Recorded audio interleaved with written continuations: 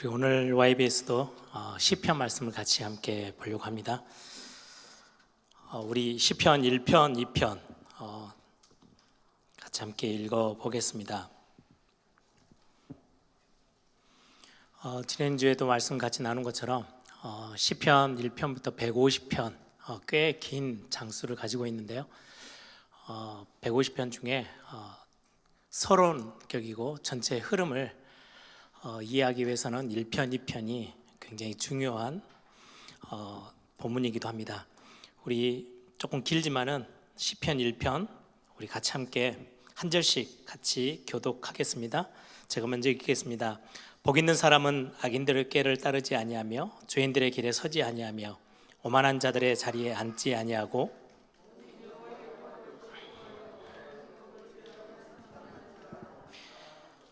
그는 시냇가에 심은 나무가 철을 따라 열매를 맺으며 그 잎사귀가 마르지 아니함 같으니 그가 하는 모든 일이 다 형통하리로다.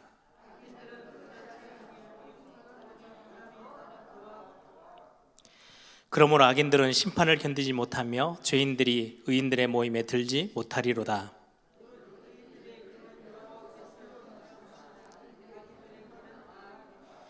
아멘.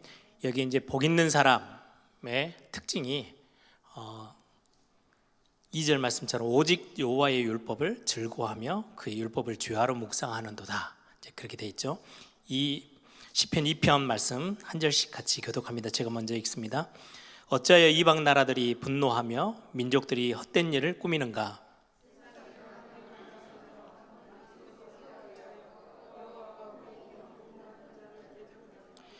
우리가 그들의 맨 것을 끊고 그의 결박을 벗어버리자 하는도다.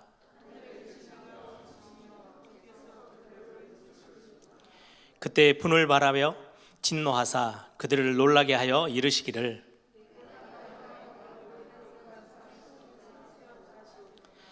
내가 여호와의 명령을 전하노라. 여호와께서 내게 이르시되 너는 내 아들이라. 오늘 내가 너를 낳았도다.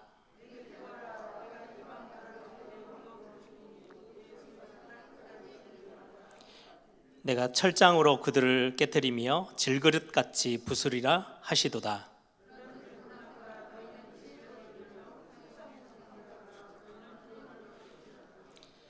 여호와를 경외함으로 섬기고 떨며 즐거워할지어다.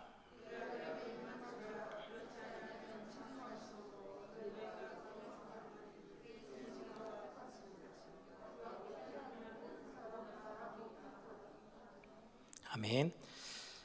여기에 6절이 이 편의 주제 본문입니다. 내가 나의 왕을 내 거룩한 산 시온에 세웠다 하시리로다. 왕을 세웠다는 거죠. 오늘도 시편에 대한 부분들을 전체적으로 이제 성경을 여러분들이 읽고 계시기 때문에 전체 큰 흐름을 이렇게 간단하게 좀 보시는 건 굉장히 성경 읽는데 조금 또 다른 재미를 더 이렇게 깨닫게 해 줍니다. 그래서 오늘 조금은 어렵게 보일 수 있지만 전체 그냥 흐름이 저렇게도 가는구나 라고 이해를 이렇게 하시면서 오늘 YBS 같이 함께 공부했으면 좋겠어요. 시편 그러면 지난주에도 마지막 결론 부분은 146편부터 150편 할렐루야라는 단어가 본문 안에 계속 들어가 있어요. 모든 시의 시작이 할렐루야, 끝을 또 할렐루야, 또 마지막 150편 같은 경우는 매 절마다 거의 할렐루야라는 단어들이 포함되어져 있는 시로 구성되어 있습니다. 그리고 시편이란 그 단어 자체가 히브리어로도 찬양한다라는 의미의 단어로 시편의 제목이 붙어져 있어요. 그런데 오늘 1편, 2편이 이제 서론이면 전체의 내용을 쭉 끌고 가는 굉장히 중요한 뼈대인데 찬양에 대한 내용이 기록되어 있지 않고요. 복 있는 사람이 어떤 사람이냐? 하나님의 말씀을 즐겁게 붙잡고 이 말씀대로 살아가려고 하는 사람. 그리고 또 복 있는 사람은 어떤 사람이냐? 하나님이 기름 부어 세우신 왕. 그래서 두 개를 합치면 하나님이 세우신 왕으로서 말씀을 정확하게 붙잡고 율법을 생명처럼 붙잡고 묵상하는 그 왕은 복 있는 사람이다 시라고 이제 표현되어져 있어요. 이제 시편을 이렇게 쭉 성경을 읽는 거는 굉장히 여러분들에게 쭉 읽어 나가는 거는 여러분들 굉장한 영적인 부분에 있어서 큰 양식이 될 겁니다. 그런데 읽다 보면 성경이라는 거는 반드시 저와 여러분이 이렇게 한 구절에도 여러분들 가슴에 탁 부딪혀오는 말씀이 있지만 전체적인 내용의 어떤 흐름들을 알기 위해서는 뭔가 해석이 조금 되어져야 이게 조금 더 많이 마음에 와닿게 되거든요. 지금 사무엘상 이렇게 말씀을 같이 보고 있죠. 그냥 쭉 읽을 때하고 거기에 조금 이제 해석을 여러분들에게 도움이 될 수 있는 그때의 배경들, 그때 설명들을 좀 들으면 그 본문이 훨씬 더 이렇게 살아서 꿈틀거리도록 느껴지죠. 시편은 해석을 하는 데 있어서 굉장히 좀 어려운 부분이에요. 당연하죠. 왜냐하니까 시라는 어떤 장르로 되어 있다 보니까 여러분들이 그냥 단순히 소설책을 읽을 때는요 금방 이해가 돼요. 다 풀어서 설명해 놨으니까.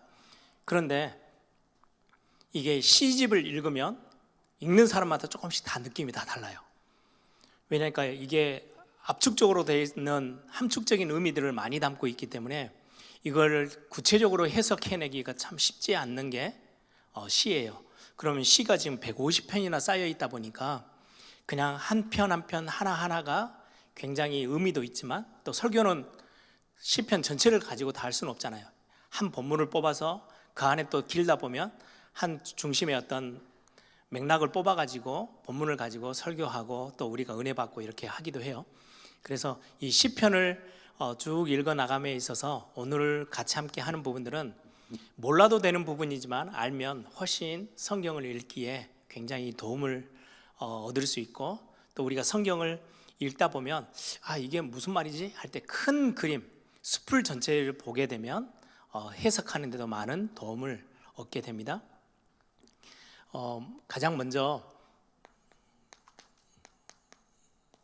성경을 해석함에 있어서 이제 이거는 주로 이제 신학교를 가면은 가르쳐요. 신학교 가면은 어떤 분들은 신학교를 가면 특히 자녀들을 막 신학교를 보내려고 막 애쓰는 분들 있죠. 제 신학교 같이 동기 대학 때 신학과를 들어갔던 친구들도 보면 어머니가 막 권사님이신데요. 뭐 엄청 밀어붙여가지고 신학교를 왔어요. 근데 신학교 와가지고 자기가 뭔가 이렇게 사명이 있고 뭐 소명이 있어서 온 게 아니다 보니까 일단은 막 부모님이 막 밀어붙여서 신앙으로 막 밀어붙이니까 어쩔 수 없이 왔어요. 그래가지고 1학년 때 이렇게 007 가방이라 하죠. 이렇게 딱 영화 같은 데 보면 돈가방에 이렇게 들어간 딱 사각형으로 되어 있는 가방, 서류 가방처럼 생긴 거, 그걸 들고 학교를 다니는 학생들도 있었어요. 제 친구 중에. 야, 거기에 뭐 들어있어? 그러면 탁 펴가지고 보여줘요. 가스총이 2개가 들어있어요. 학교 가스총 팔러 오는 거예요. 학교에 이제 신학과는 들어왔는데 자기 적성하고 안 맞는 거죠. 그러다 보니까 자기는 앞으로 사업을 해가지고 큰 기업을 만들어서 교회를 여러 채 세울 거래요. 자기는 신학 공부 이거는 목사 될 생각 전혀 없다고 막 그렇게 해서 다녔던 친구들도 있는데 지금 목사 돼 있어요. 참 신기하죠. 아무튼 막 부모님들이 막 신학교를 집어넣으려고 할 때는 전제 조건이 신학교라도 가면 은혜를 받겠지. 은혜를 사실상 받을 수 있는 곳은 신학교가 아니고 교회에서 은혜 받아야지 신학교는 은혜 받는 건 아니에요. 성경을 어떻게 해석하지? 그러면 이제 거기에 대한 방법들을 배우기도 해요. 그러다 보니까 굉장히 딱딱해요. 성경을 해석하는데 어떤 데는 성경의 어떤 본문이라고 하면 원래 성경의 어떤 그러면은 구약 같은 경우는 히브리어로 돼 있죠. 그게 나중에 예수님 당시로 넘어가면 아람어로도 성경이 번역되고 헬라어로도 번역되고 이게 번역본들이 있어요. 그걸 가지고 그때 어떤 원본, 사본, 역본들, 번역된 본들을 쭉 설명해서 비교해 보면서 본문이 어디에서 좀 차이가 나는가, 왜 이런 의미로 헬라어에는 히브리어에는 이렇게 적혔는데 헬라어로는 이렇게 번역했는가, 막 그것들을 비교 분석해 가면서 성경을 해석하는 방법이기도 해요. 그러니까 굉장히 성경의 어떤 원문에 막 충실하게 지금도 여러분들 유튜브에 보시면 굉장히 신앙 좋다고 하는 어떤 보수적인 어떤 사람들은요 한국 성경 안 읽어요. 그것도 영어로 된 많은 번역본 성경들이 있는데 다 틀렸다고 말하고 킹 제임스 버전이라고 있어요. 제일 오래된 성경, 제일 초창기 때 영어로 번역된, 단어도 어려워가지고요 알 수도 없어요. 근데 그 성경만 읽는 또 부류들이 있어요. 교회 안에서 그 목소리만 막 내는 사람들이 있어요. 다른 성경은 다 틀렸고 이것만 맞아. 그러니까 그런 식으로 뭔가 본문, 원래 있었던 성경, 헬라어, 히브리어 이런 성경들을 가지고 막 해석하려고, 정확하게 제대로 막 해석하려고 접근하는 방법도 있어요. 틀리지 않아요. 원문을 제대로 알면 해석하는데 훨씬 쉽겠죠. 가끔 한 번씩 제가 설교할 때 이 단어는 이런 단어입니다.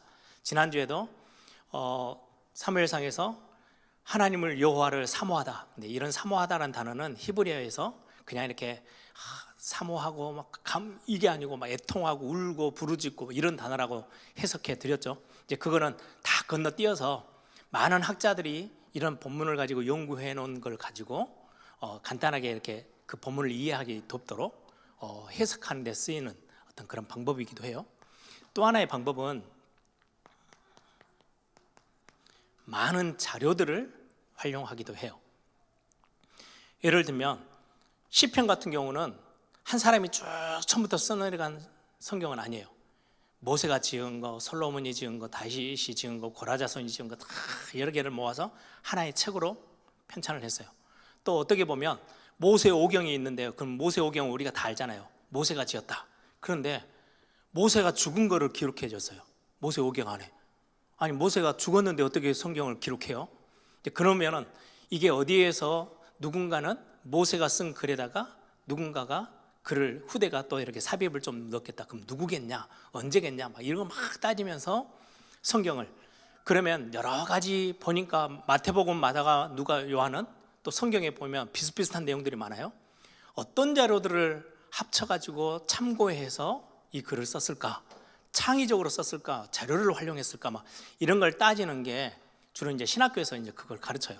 그래야 성경을 조금 더 정확하게 해석하고 그걸 이제 설교해 할 수 있으니까요. 이런 어떤 자료들을 활용하기도 하고요. 성경의 어떤 이 장르, 전체적인 어떤 형태가, 양식이 그러면은 고대 모세오경 같은 거 저희 학교 다닐 때 보면은요, 이 모세오경의 이 지금 히브리어의 글의 어떤 형태를 보니까 이거는 진짜 모세 시대 때 적은 거 맞아. BC 1400년대 이렇게 막 해석해서 들어가요. 그때 당시에 이런 어떤 단어를 썼고 이런 문장을 썼고 막 이렇게 하면서 이게 저자가 진짜 모세가 맞냐 안 맞냐 막 이런 걸 따지면서 그때 과거의 문학적인 거 많은 배경들을 참고해서 또 해석을 하기도 해요. 그래서 가끔 저도 이제 구약을 설교하는 걸 참 좋아라 하는데요.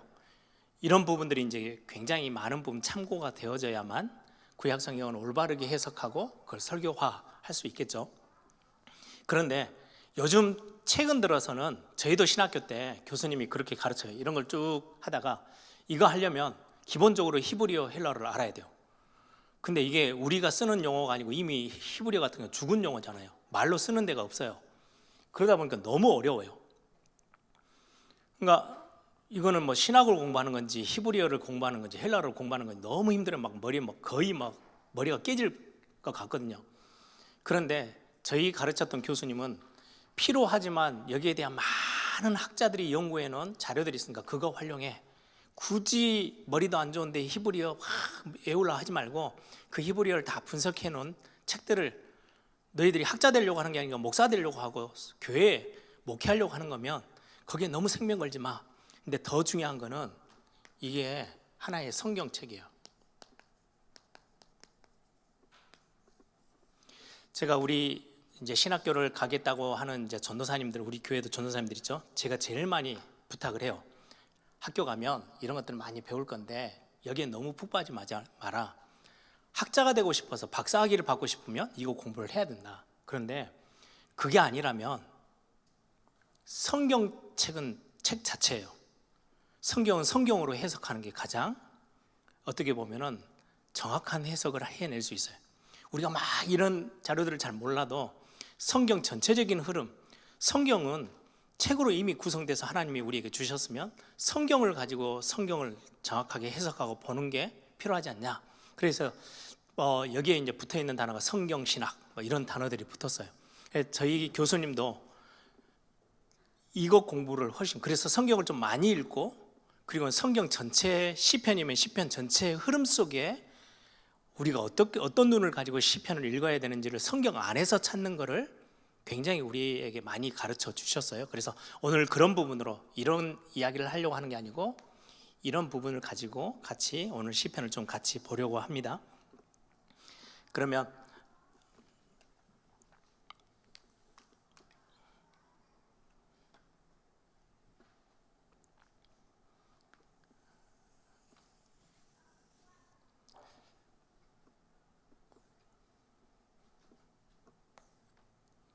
다섯 개로 나눠야 되는데요. 1권, 2권, 3권, 4권 대충 비슷합니다. 서론, 그리고 결론, 그리고 여기가 1권, 5권으로 돼 있죠. 5권이라고 어제 지난주에 같이 나눴죠.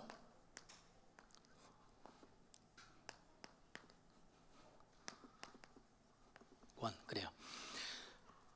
1권은 1에서부터 41편까지, 그쵸? 40편인가요? 41편, 42편부터 72편, 89편, 90편에서 106편, 그리고 마지막이 107에서 150편입니다. 여기는 성경에 아예 그렇게 딱 찍혀 있으니까요. 우리가 이제 이거를 활용하고요.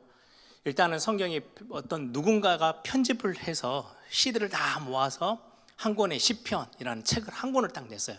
그러면 뭔가 흐름이 있고 주제가 있고 뭔가를 이야기하려고 하는 게 분명히 있겠죠.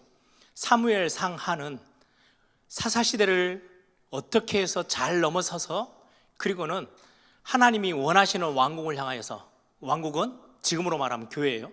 하나님이 원하시는 교회, 하나님의 나라를 이끌고 가기 위해서 어떤 왕들이 세워졌고 그 왕이 어떻게 했는지의 그 시작점이 사무엘 상하에 나와 있는 것처럼 굉장히 그런 어떤 부분의 책 자체의 어떤 주제와 흐름이 있죠.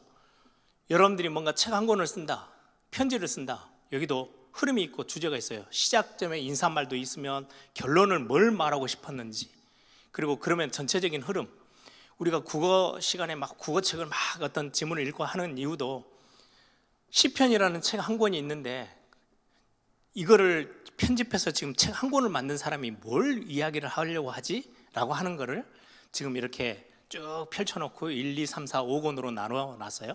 그래서 여기는 146에서 150까지가 주제라고 결론이라고 했고요. 1에서 2가 오늘 읽었던 본문이 서론격입니다.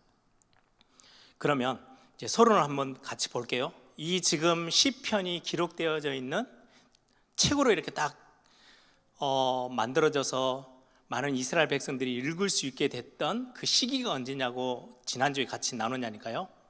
포로 시대.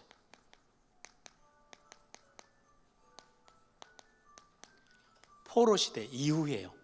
포로에서 돌아와서 이제 조그만한 성전 다 불타버리는 거를 스룹바벨을 통해서 성전이 조그맣게 다시금 재건했어요.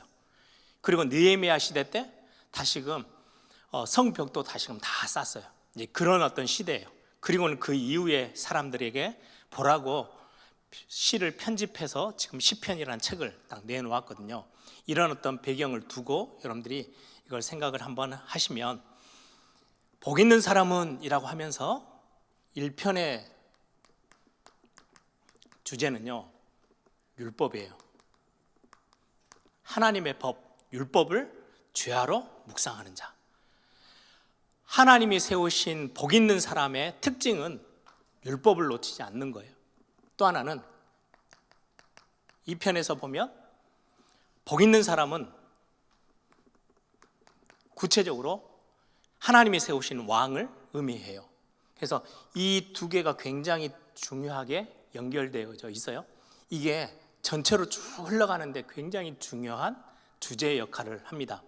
그러면 왕과 율법이라고 되어 있는데 하나님이 왕을 세우실 때 조건에 달아놨던 말씀이 하나 있어요. 같이 찾아볼게요. 신명기 17장 14절에서 20절.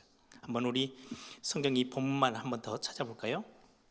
신명기 17장입니다. 신명기는 모세가 가나안 땅을 들어가기 전에 마지막 설교, 마지막 언약을 재확인시키는 메시지이기도 하죠. 신명기 17장 14절에서 20절 말씀입니다. 우리 찾으셨으면 한 절씩 같이 교독합니다. 제가 먼저 읽습니다. 내가 내 하나님 여호와께서 내게 주시는 땅에 이르러 그 땅을 차지하고 거주할 때에 만일 우리도 우리 주위에 모든 민족들 같이 우리 위에 왕을 세워야겠다는 생각이 나거든.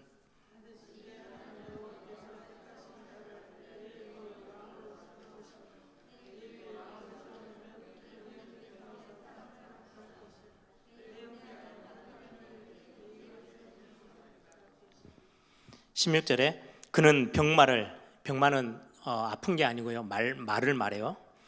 병거를 끌 수 있는 말. 병마를 많이 두지 말 것이며 병마를 많이 얻으려고 그 백성을 애굽으로 돌아가게 하지 말 것이니 이는 여호와께서 너희에게 이르시기를 너희가 이후에는 그 길로 다시 돌아가지 말 것이라 하셨음이며.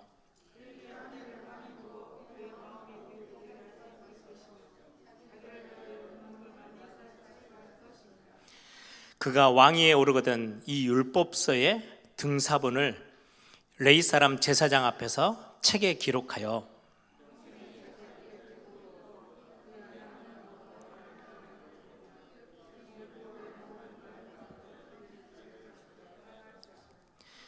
그리하면 그의 마음이 그의 형제 위에 교만하지 아니하고 이 명령에서 떠나 좌로나 우로나 치우치지 아니하리니 이스라엘 중에서 그와 그의 자손이 왕위에 있는 날이 장구하리라. 왕을 너희들이 분명히 가나안 땅 들어가서 어느 시간표가 되어지면 왕을 달라고 소리칠 거다. 딱 사사기 있겠죠. 우리 왕이 없다, 왕이 없다. 이번 이제 내일 모레 주일날 같이 나눌게. 왕을 이제 세워달라고 소리치는 이스라엘 백성들의 모습을 본문으로 같이 주일날 말씀을 같이 나누겠는데, 그런 날이 올 거다. 그러면 그렇게 된다면 반드시 내가 원하는 왕을 세워라 라고 하시면서, 어떤 왕이냐? 제일 먼저 말씀하는 것은 이방 사람은 안 된다, 타국 사람은 안 된다, 언약의 백성 이스라엘 백성만이 왕의 자리에 앉을 수 있다, 그런 왕을 세울 거다. 두 번째는 말을 좋은 막 윤기 나고 아주 힘있고 이런 말을 구하기 위해서, 왜냐하니까 그때 당시에는 애굽이 전차, 이 말을 이끄는 전차 이런 부분에서는 전 세계적으로 최고였어요. 그러니까 거기에는 엄청 뛰어난 말들이 많아요. 그 말을 구하기 위해서 왕이 자기 말을, 좋은 말을 구하기 위해서 애굽에 사람을 보내서 돈 주고 사오지 마라.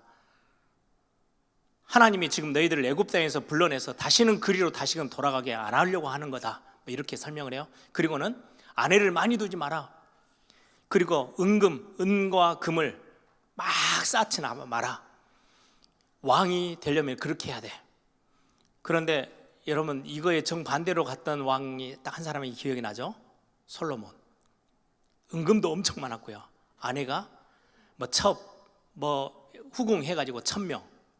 아니, 우리는 와이프 하나 있는데도 완전히 헤매고 있는데 1000명의 아내를 두고 산 게 솔로몬이에요. 그리고 여기에 말을 구하기 위해서 막 엄청난 비싼 것들을 가지고 자랑을 하고요.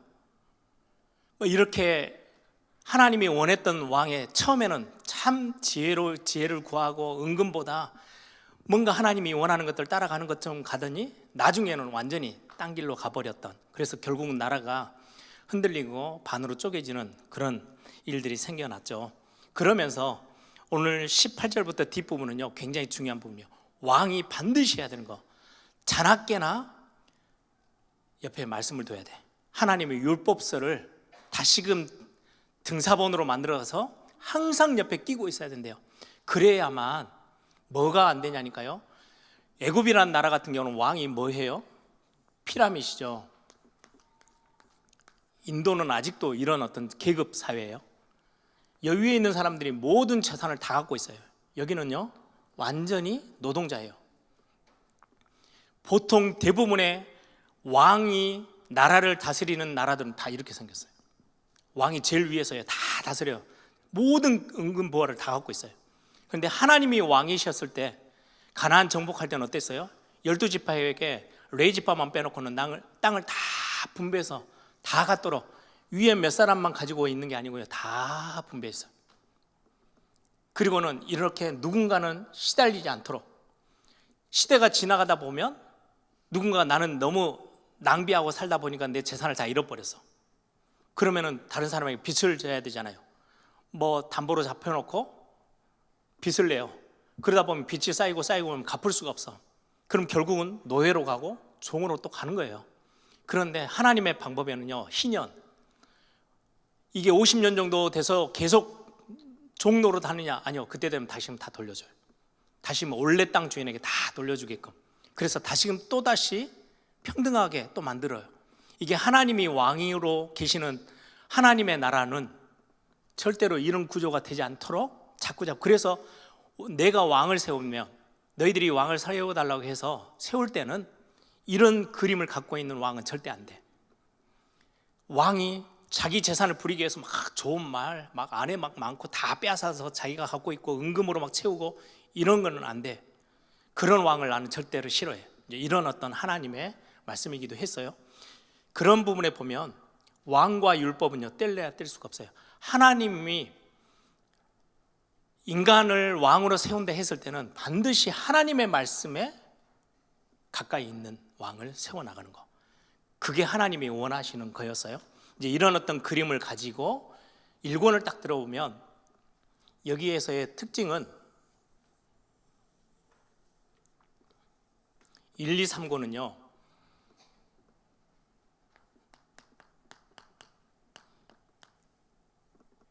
인간이 왕이 되어져서 하나님의 나라의 그 이스라엘 백성들을 다스리는 부분들이 쫙 그림이 그려져 있어요. 주로 다윗 중심. 그래서 다윗의 시가 이쪽에 참 많이 몰려 있어요. 뒷부분보다는 다윗의 시가 거의 절반이잖아요. 150편 중에 절반인데 뒷부분에도 있긴 있지만은 거의 1, 2, 3권 안에 많은 부분에 다윗에 관련된, 다윗이 직접 쓰든지 뭐 고라자손이 시를 썼는데 다윗 왕에 대한 시를 쓰든지, 아무튼 다윗 왕, 인간이 왕이 되어져서 이스라엘 나라를 다스렸던 그때의 내용들이 1권, 2권, 3권 안에 거의 대부분 들어있어요. 그러면 4권, 5권은 어떻겠어요?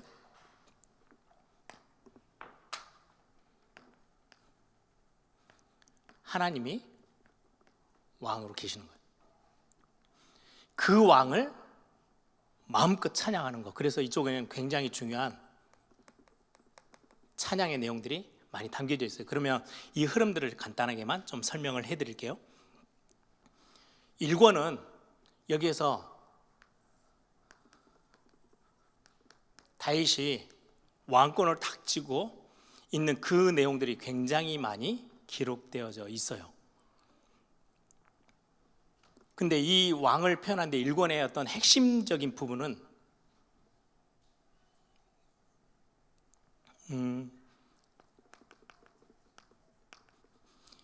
율법시라고 말할 만큼 하나님의 율법에 대한 부분들을 굉장히 계속해서 시에 표현하고 있는 시가 여기에 19편이에요. 1권 중에 1에서부터 41편 중에 가장 핵심되어지는 게 이 율법시입니다. 여기에 이스라엘 백성들이 자주 쓰는, 이거를 강조하기 위해서 주변에를 대칭 구조를 가지고 성경을 이렇게 써나가는 구절도 그런데요, 성경 전체적인 시의 19편을 보면 여기 18편이 있겠죠. 여기는 20에서 21편, 여기에는 지난주에도 같이 나눈 것처럼 왕에 대한 높이며 왕을 드러내는 시, 제왕시라고도 해요. 18편 그리고는 20편, 21편 딱 이 율법시를 양 주변으로 해서 딱 이렇게 쓰여져 있어요. 그 위에는, 여기에는 뭐 탄식시, 신뢰, 여기는 시온이라는 그 하나님의 예배, 하나님의 임재를 상징하는 시온에 관련된 시, 여기는 하나님을 신뢰하는 거, 그 다음에 굉장히 탄식하는 게 여기 18편이죠. 17, 16, 15 이렇게 탁 쌓여져 있어요. 여 밑에는요, 그러면 바로 오는 게 탄식이 오고요, 신뢰, 그 다음에 시온, 이런 구조로 딱 햄버거처럼, 샌드위치처럼 이거를 강조하기 위해서 21편, 22편, 23 요한은 나의 목자시니 하나님을 신뢰하는 시온에 대한 24편, 그렇게 해서 19편을 중심으로 쫙 이렇게 배열이 돼 있어요. 양쪽으로 똑같은 분위기의 시로. 그러면 이 시를 읽다 보면 히브리 사람들은 금방 아는 거예요. 뭐가 제일 강조되고 있다는 걸요? 19편이 강조되고 있다는 거. 이 19편이 강조된 거를 바로 위에 양옆으로 양쪽에 쌓여져 있는 게 왕에 관련된 시예요. 똑같죠? 하나님의 세우신 왕, 하나님의 말씀을 중심으로 있어야 되는데 이 왕에 대한 부분들을 율법을 사모하고 율법을 지키고 율법을 즐거워하는 왕.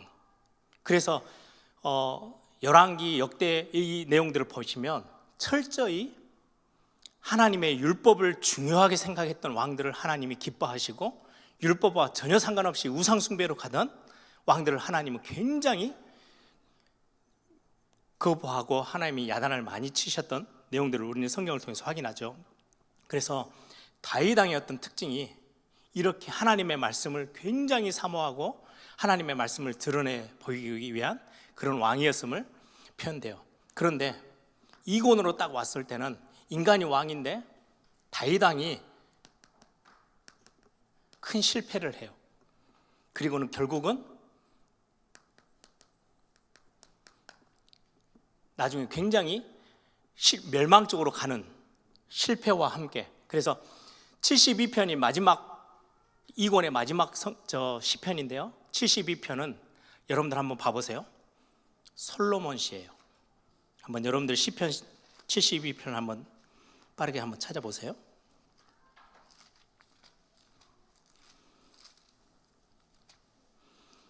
(72편) 타이틀을 보시면 솔로몬의 시라고 되어 있고요. 제일 마지막 줄 보세요. 20절, 72편 20절. 이새의 아들 다윗의 기도가 끝나니라. 여기에서 다윗의 시대가 끝이 나요. 그러면서 여기 이곤에는 굉장히 많은 탄식시가 적혀 있어요. 다른 어떤 성경보다, 시편의 성경보다 여기 이곤에 해당되는 이곳에 탄식시가, 왜 하나님 나를 이렇게 어렵게 하십니까? 왜 내 상황은 이렇게 고통스럽습니까? 다윗이 하나님 앞에서 그렇게도 말씀을 중요하던 다윗 왕 중심의 그 왕들이 결국은 실패하는 모습 속에 굉장한 많은 어려움을 겪는 거, 이게 이제 이곤에 거의 대부분 기록되어져 있어요. 결국은 왕들이 자기 재산을 막 쌓고 이렇게 가다 보니까 아까 말했던 이런 구조로 다시금 나라가 바뀌어 가요. 그리고는 희년 잊어버렸어요. 그러다 보니까 자꾸 어려움 당하는 저 밑에 있는 하층민들은 굉장히 고통을 당하고 위에 몇몇 사람들만 부를 누리고 이런 어떤 사회로 자꾸 바뀌어 가는 거죠. 그러면서 이런 탄식시와 함께 실패의 많은 내용들이 이곤에 적혀 있어요. 그리고는 결국은 솔로몬으로 다윗의 시대가 끝이 나고 솔로몬 시대로 넘어오는 과정이 72편에 기록되어 있고요. 이제 여기에서는 73편부터 89편은 구체적으로 나라가 완전히 분열 왕국이 이루어져서 분열 왕국에서 멸망까지, 나라들이 북이스라엘 망하고 남유다가 망하는 거죠. 거기까지의 내용들이 본격적으로 기록되어져 있습니다. 그래서 여기에 굉장히 중요한 핵심은 73편, 74편. 73편에 질문해요. 왜 하나님은 공의로우신 하나님이라면서 악인들이 이렇게도 득세하고 우리는 이렇게도 고통을 답니까? 하나님 왜 이렇게 하십니까? 라고 질문하는데 우리 그렇게 신앙생활 할 때가 많잖아요. 왜 나한테는 이런 어려움을 주십니까? 밖에 세상 사람들은 저렇게도 잘 살고 있는데. 근데 74편에 답을 주세요. 아니야, 너희들이 율법 어기고 하나님 등져서 그렇잖아. 그래서 멸망이 온 거야. 지금 이때를 생각하세요. 이 사람들이 지금 시편을 읽고 있는 거예요.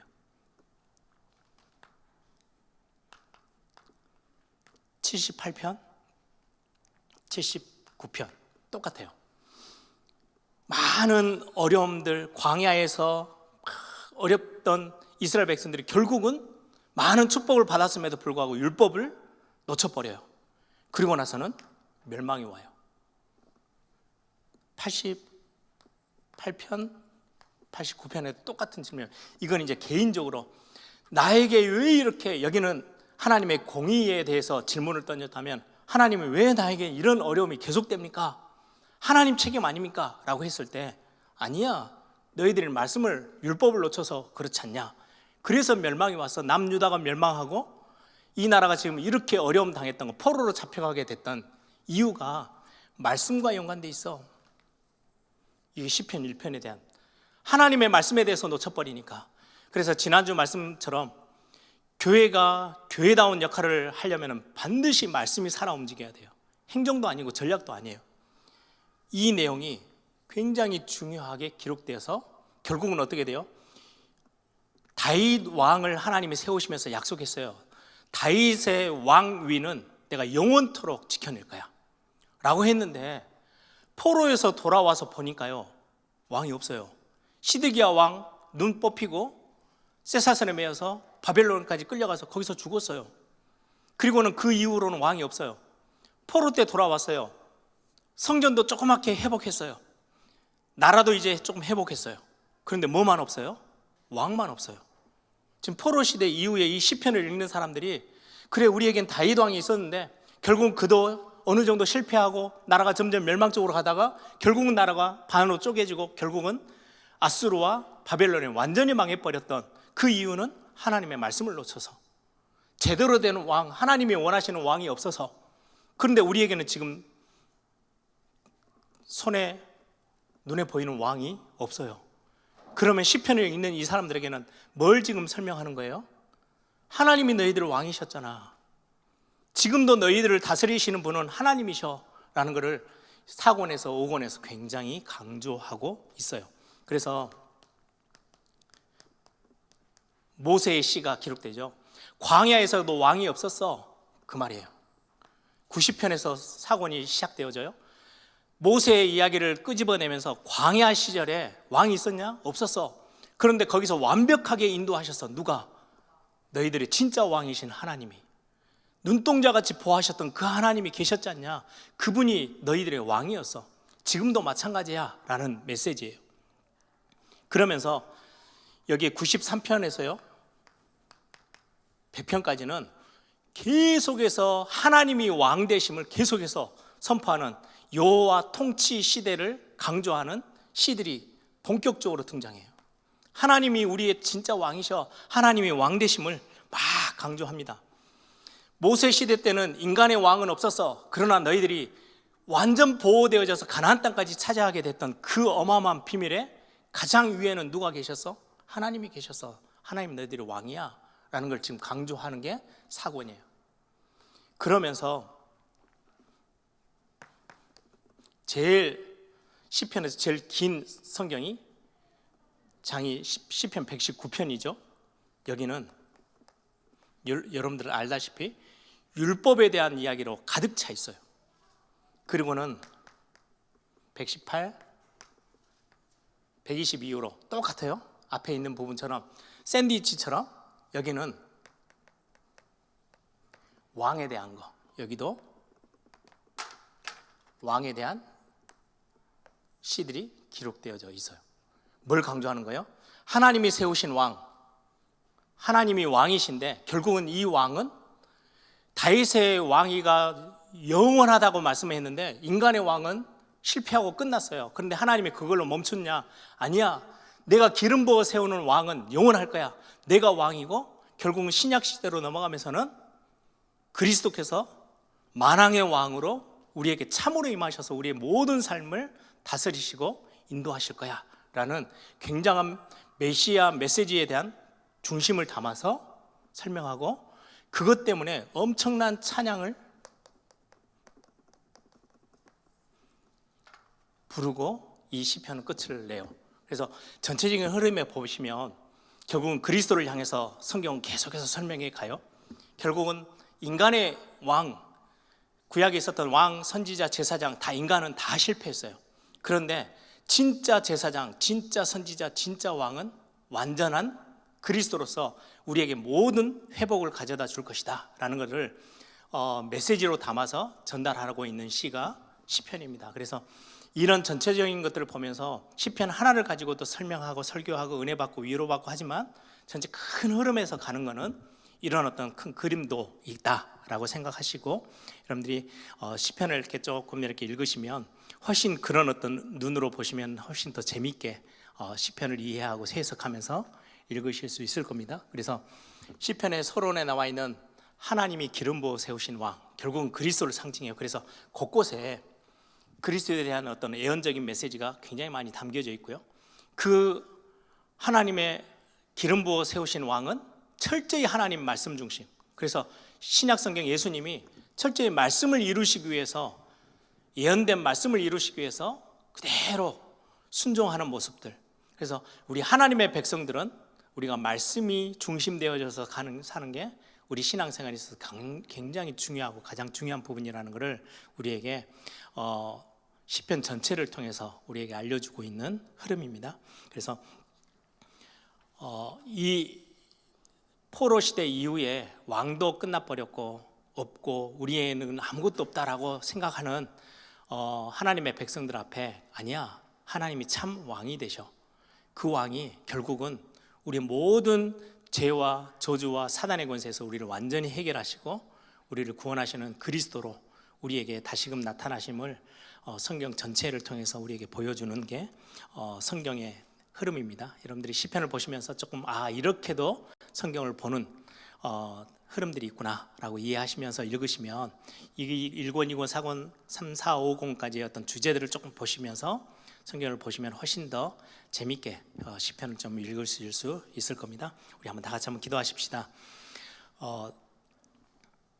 돌아오는 주에 우리 설교도 왕에 대한 부분들입니다.